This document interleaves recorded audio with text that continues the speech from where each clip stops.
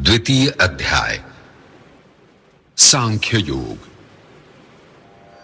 कृष्ण अर्जुन संवाद। संजय बोले, उस प्रकार करुणा से व्याप्त और आंसुओं से पूर्ण तथा व्याकुल नेत्रों वाले शोक युक्त उस अर्जुन के प्रति भगवान मधुसूदन ने ये वचन कहा। हे अर्जुन, तुझे इस असमय ये मोह किस हेतु से प्राप्त हुआ? क्योंकि न तो ये श्रेष्ठ पुरुषों द्वारा आचरित है, न स्वर्ग को देने वाला है और न कीर्ति को करने वाला ही है। इसलिए हे अर्जुन, नपुंसकता को मत प्राप्त हो। तुझ में ये उचित नहीं जान पड़ती। हे परंतप, हृदय की तुच्छ दुर्बलता को त्याग कर युद्ध के लिए खड़ा हो जा। अर्जुन बोले, हे मधुसूदन, मैं रणभूमि में किस प्रकार बाणों से भीष्म पितामह और द्रोणाचार्य के विरुद्ध लड़ूंगा, क्योंकि हे हरिसूदन, वे दोनों ही पूजनीय हैं। इसलिए इन महानुभाव गुरुजनों को न मारकर मैं इस लोक में भिक्षा का अन्न भी खाना कल्याणकारक समझता हूं, क्योंकि गुरुजनों को मारकर भी इस लोक में रुधिर से सने हुए अर्थ और काम रूप भोगों को ही तो भोगूंगा। हम ये भी नहीं जानते कि हमारे लिए युद्ध करना और न करना, इन दोनों में से कौन सा श्रेष्ठ है, अथवा ये भी नहीं जानते कि उन्हें हम जीतेंगे या हमको वे जीतेंगे। और जिनको मारकर हम जीना भी नहीं चाहते, वे ही हमारे आत्मीय धृतराष्ट्र के पुत्र हमारे मुकाबले में खड़े हैं। इसलिए कायरता रूप दोष से उपहत हुए स्वभाव वाला तथा धर्म के विषय के मोह चित्त हुआ मैं आपसे पूछता हूं कि जो साधन निश्चित कल्याणकारक हो वो मेरे लिए कहिए, क्योंकि मैं आपका शिष्य हूं। इसलिए आपके शरण हुए मुझको शिक्षा दीजिए, क्योंकि भूमि में निष्कंटक धन धान्य संपन्न राज्य को और देवताओं के स्वामी पने को प्राप्त होकर भी मैं उस उपाय को नहीं देखता हूं जो मेरी इंद्रियों के सुखाने वाले शोक को दूर कर सके। संजय बोले, हे राजन, निद्रा को जीतने वाले अर्जुन अंतर्यामी श्री कृष्ण महाराज के प्रति इस प्रकार कहकर फिर श्री गोविंद भगवान से युद्ध नहीं करूंगा ये स्पष्ट कहकर चुप हो गए। हे भरतवंशी धृतराष्ट्र, अंतर्यामी श्री कृष्ण महाराज दोनों सेनाओं के बीच में शोक करते हुए उस अर्जुन को हंसते हुए से ये वचन बोले। हे अर्जुन, तू न शोक करने योग्य मनुष्यों के लिए शोक करता है और न पंडितों के से वचनों को कहता है, परंतु जिनके प्राण चले गए हैं उनके लिए और जिनके प्राण नहीं गए हैं उनके लिए भी पंडित जन शोक नहीं करते। न तो ऐसा ही है कि मैं किसी काल में नहीं था, तू नहीं था, अथवा ये राजा लोग नहीं थे, और न ऐसा ही है कि इसके आगे हम सब नहीं रहेंगे। जैसे जीवात्मा की इस देह में बालकपन, जवानी और वृद्धावस्था होती है, वैसे ही अन्य शरीर की प्राप्ति होती है। उस विषय में धीर पुरुष मोहित नहीं होता। हे कुंती पुत्र, सर्दी गर्मी और सुख दुख को देने वाले इंद्रिय और विषयों के संयोग तो उत्पत्ति विनाशशील और अनित्य है। इसलिए हे भारत, उनको तू सहन कर, क्योंकि हे पुरुष श्रेष्ठ, दुख सुख को समान समझने वाले जिस धीर पुरुष को ये इंद्रिय और विषयों के संयोग व्याकुल नहीं करते, वो मोक्ष के योग्य होता है। असत वस्तु की तो सत्ता नहीं है और सत का अभाव नहीं है। इस प्रकार इन दोनों का ही तत्वज्ञानी पुरुषों द्वारा देखा गया है। नाश रहित तो तू उसको जान जिससे ये संपूर्ण जगत दृश्य वर्ग व्याप्त है। इस अविनाशी का विनाश करने में कोई भी समर्थ नहीं है। इस नाश रहित अप्रमेय नित्य स्वरूप जीवात्मा के ये सब शरीर नाशवान कहे गए हैं। इसलिए हे भरतवंशी अर्जुन, तू युद्ध कर। जो इस आत्मा को मारने वाला समझता है तथा जो इसको मरा मानता है, वे दोनों ही नहीं जानते, क्योंकि ये आत्मा वास्तव में न तो किसी को मारता है और न किसी के द्वारा मारा जाता है। ये आत्मा किसी काल में भी न तो जन्मता है और न मरता ही है, तथा न ये उत्पन्न होकर फिर होने वाला ही है, क्योंकि ये अजन्मा, नित्य, सनातन और पुरातन है। शरीर के मारे जाने पर भी ये नहीं मारा जाता। हे पृथा पुत्र अर्जुन, जो पुरुष इस आत्मा को नाश रहित, नित्य, अजन्मा और अव्यय जानता है, वो पुरुष कैसे किसको मरवाता है और कैसे किसको मारता है। जैसे मनुष्य पुराने वस्त्रों को त्याग कर दूसरे नए वस्त्रों को ग्रहण करता है, वैसे ही जीवात्मा पुराने शरीरों को त्याग कर दूसरे नए शरीरों को प्राप्त होता है। इस आत्मा को शस्त्र नहीं काट सकते, इसको आग नहीं जला सकती, इसको जल नहीं गला सकता और वायु नहीं सुखा सकता, क्योंकि ये आत्मा अच्छेद्य है।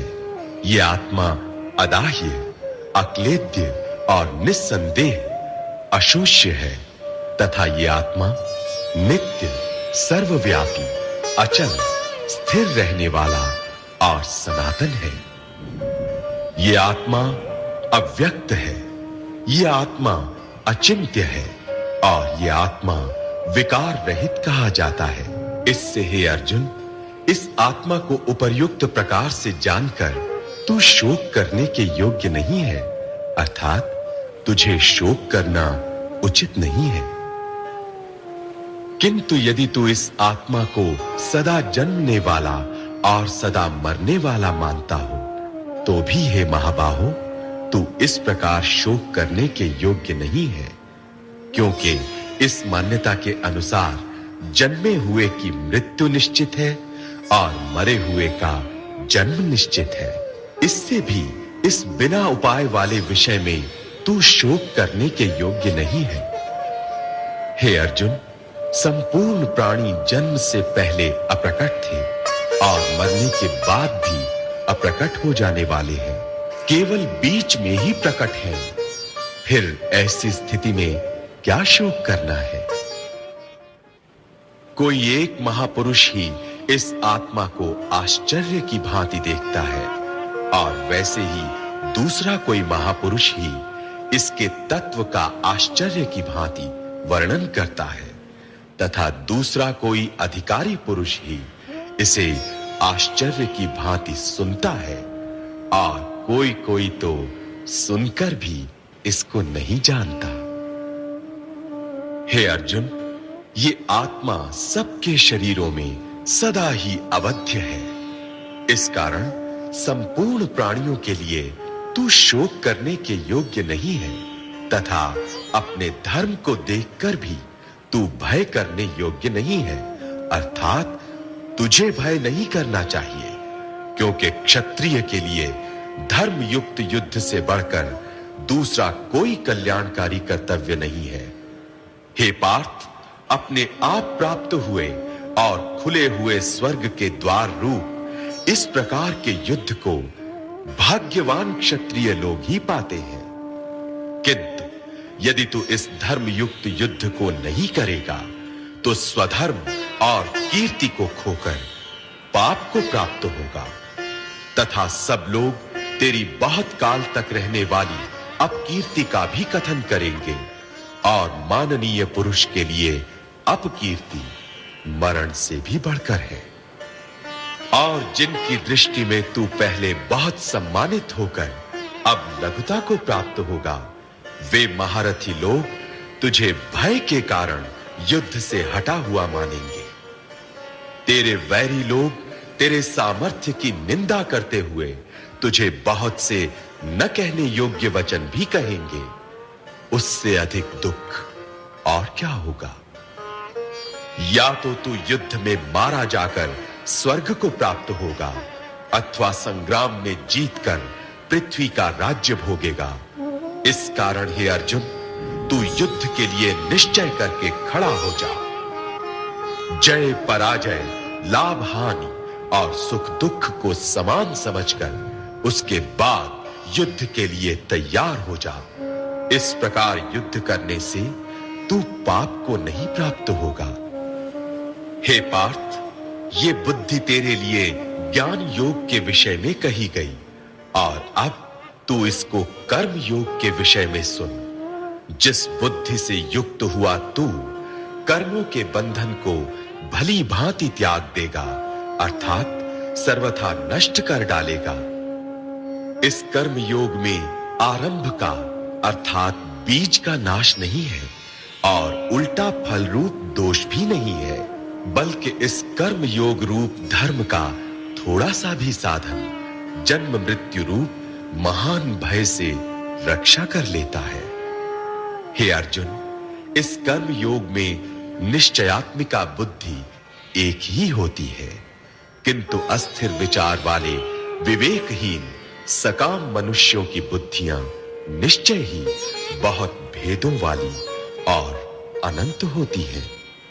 हे अर्जुन, जो भोगों में तन्मय हो रहे हैं, जो कर्म फल के प्रशंसक वेद वाक्यों में ही प्रीति रखते हैं, जिनकी बुद्धि में स्वर्ग ही परम प्राप्य वस्तु है और जो स्वर्ग से बढ़कर दूसरी कोई वस्तु ही नहीं है, ऐसा कहने वाले हैं, वे अविवेकी जन इस प्रकार की जिस पुष्पित अर्थात दिखाऊ शोभा युक्त वाणी को कहा करते हैं, जो कि जन्म रूप कर्म फल देने वाली एवं भोग तथा ऐश्वर्य की प्राप्ति के लिए नाना प्रकार की बहुत सी क्रियाओं का वर्णन करने वाली है।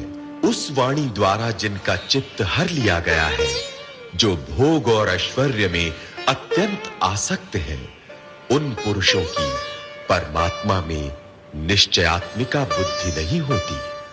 हे अर्जुन, वेद उपर्युक्त प्रकार से तीनों गुणों के कार्य रूप समस्त भोगों एवं उनके साधनों का प्रतिपादन करने वाले हैं। इसलिए तू उन भोगों एवं उनके साधनों में आसक्तिहीन, हर्ष शोक आदि द्वंद्वों से रहित, नित्य वस्तु परमात्मा में स्थित, योगक्षेम को न चाहने वाला और स्वाधीन अंतःकरण वाला हो। सब ओर से परिपूर्ण जलाशय के प्राप्त हो जाने पर छोटे जलाशय में मनुष्य का जितना प्रयोजन रहता है, ब्रह्म को तत्व से जानने वाले ब्राह्मण का समस्त वेदों में उतना ही प्रयोजन रह जाता है। तेरा कर्म करने में ही अधिकार है, उसके फलों में कभी नहीं। इसलिए तू कर्मों के फल का हेतु मत हो तथा तेरी कर्म न करने में भी आसक्ति न हो। हे धनंजय, तू आसक्ति को त्याग कर तथा सिद्धि और असिद्धि में समान बुद्धि वाला होकर योग में स्थित हुआ कर्तव्य कर्मों को कर। समत्व ही योग कहलाता है।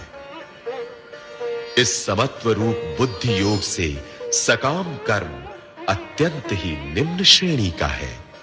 इसलिए हे धनंजय, तू समबुद्धि में ही रक्षा का उपाय ढूंढ, अर्थात बुद्धि योग का ही आश्रय ग्रहण कर, क्योंकि फल के हेतु बनने वाले अत्यंत दीन है। समबुद्धि युक्त पुरुष पुण्य और पाप दोनों को इसी लोक में त्याग देता है, अर्थात उनसे मुक्त हो जाता है। इससे तू समत्व रूप योग में लग जा। ये समत्व रूप योग ही कर्मों में कुशलता है, अर्थात कर्म बंधन से छूटने का उपाय है। क्योंकि समबुद्धि से युक्त ज्ञानी जन कर्मों से उत्पन्न होने वाले फल को त्याग कर जन्म रूप बंधन से मुक्त हो निर्विकार परम पद को प्राप्त हो जाते हैं। जिस काल में तेरी बुद्धि मोह रूप दलदल को भली भांति पार कर जाएगी, उस समय तू सुने हुए और सुनने में आने वाले इस लोक और परलोक संबंधी सभी भोगों से वैराग्य को प्राप्त हो जाएगा। भांति-भांति के वचनों को सुनने से विचलित हुई तेरी बुद्धि जब परमात्मा में अचल और स्थिर ठहर जाएगी, तब तू योग को प्राप्त हो जाएगा, अर्थात तेरा परमात्मा से नित्य संयोग हो जाएगा। अर्जुन बोले, हे केशव, समाधि में स्थित परमात्मा को प्राप्त हुए स्थिर बुद्धि पुरुष का क्या लक्षण है? वो स्थिर बुद्धि पुरुष कैसे बोलता है, कैसे बैठता है और कैसे चलता है? श्री कृष्ण बोले, हे अर्जुन, जिस काल में ये पुरुष मन में स्थित संपूर्ण कामनाओं को भली भांति त्याग देता है और आत्मा से आत्मा में ही संतुष्ट रहता है, उस काल में वो स्थित प्रज्ञ कहा जाता है। दुखों की प्राप्ति होने पर जिसके मन में उद्वेग नहीं होता, सुखों की प्राप्ति में जो सर्वथा निःस्पृह है तथा जिसके राग, भय और क्रोध नष्ट हो गए हैं, ऐसा मुनि स्थिर बुद्धि कहा जाता है। जो पुरुष सर्वत्र स्नेह रहित हुआ उस शुभ या अशुभ वस्तु को प्राप्त होकर न प्रसन्न होता है और न द्वेष करता है, उसकी बुद्धि स्थिर है। और कछुआ सब ओर से अपने अंगों को जैसे समेट लेता है, वैसे ही जब ये पुरुष इंद्रियों के विषयों से इंद्रियों को सब प्रकार से हटा लेता है, तब उसकी बुद्धि स्थिर है। इंद्रियों के द्वारा विषयों को ग्रहण न करने वाले पुरुष के भी केवल विषय तो निवृत्त हो जाते हैं, परंतु उनमें रहने वाली आसक्ति निवृत्त नहीं होती। इस स्थित प्रज्ञ पुरुष की तो आसक्ति भी परमात्मा का साक्षात्कार करके निवृत्त हो जाती है। हे अर्जुन, आसक्ति का नाश न होने के कारण ये प्रमथन स्वभाव वाली इंद्रियां यत्न करते हुए बुद्धिमान पुरुष के मन को भी बलात्कार से हर लेती है। इसलिए साधक को चाहिए कि वो उन संपूर्ण इंद्रियों को वश में करके समाहित चित्त हुआ मेरे परायण होकर ध्यान में बैठे, क्योंकि जिस पुरुष की इंद्रियां वश में होती है, उसी की बुद्धि स्थिर हो जाती है। विषयों का चिंतन करने वाले पुरुष की उन विषयों में आसक्ति हो जाती है। आसक्ति से उन विषयों की कामना उत्पन्न होती है और कामना में विघ्न पड़ने से क्रोध उत्पन्न होता है। क्रोध से अत्यंत मूढ़ भाव उत्पन्न हो जाता है। मूढ़ भाव से स्मृति में भ्रम हो जाता है। स्मृति में भ्रम हो जाने से बुद्धि अर्थात ज्ञान शक्ति का नाश हो जाता है और बुद्धि का नाश हो जाने से ये पुरुष अपनी स्थिति से गिर जाता है। परंतु अपने अधीन किए हुए अंतःकरण वाला साधक अपने वश में की हुई राग द्वेष से रहित इंद्रियों द्वारा विषयों में विचरण करता हुआ अंतःकरण की प्रसन्नता को प्राप्त होता है।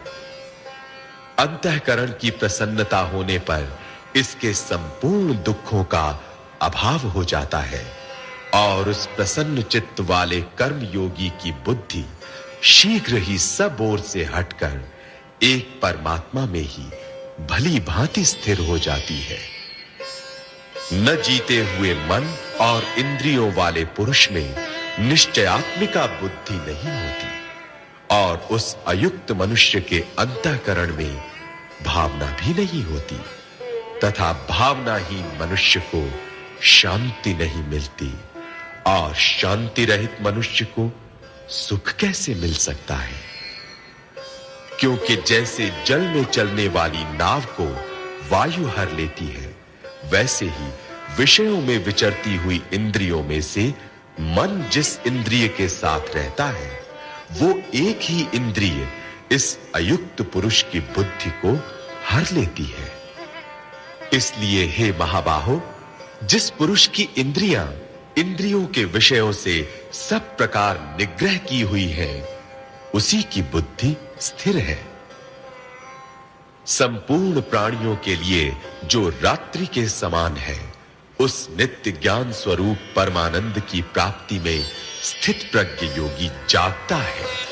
और जिस नाशवान सांसारिक सुख की प्राप्ति में सब प्राणी जागते हैं, परमात्मा के तत्व को जानने वाले मुनि के लिए वो रात्रि के समान है।